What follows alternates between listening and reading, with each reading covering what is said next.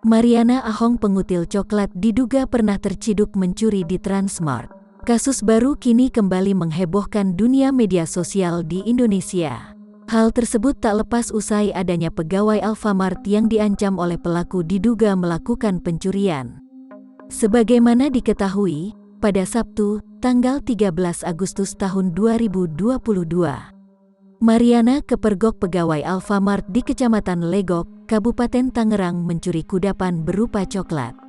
Kejadian itu terjadi di Alfamart Sampora, Kampung Sampora RT 04, RW 02, Desa Sampora, Kecamatan Cisauk, Kabupaten Tangerang.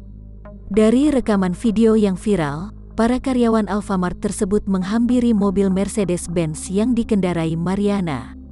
Mereka kemudian meminta Mariana mengembalikan coklat yang dicurinya, tapi disambut dengan amarah.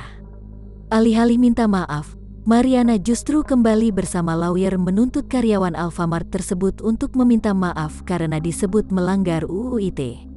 Hal tersebut diduga bukan hal yang pertama dilakukan Mariana Ahong. Bos salah satu konter HP tersebut diduga melakukan pencurian di supermarket Transmart.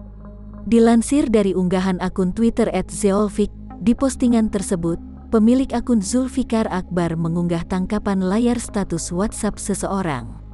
Terlihat foto Mariana Ahong beserta salah seorang yang diduga karyawan Transmart sambil memamekar sebuah kertas.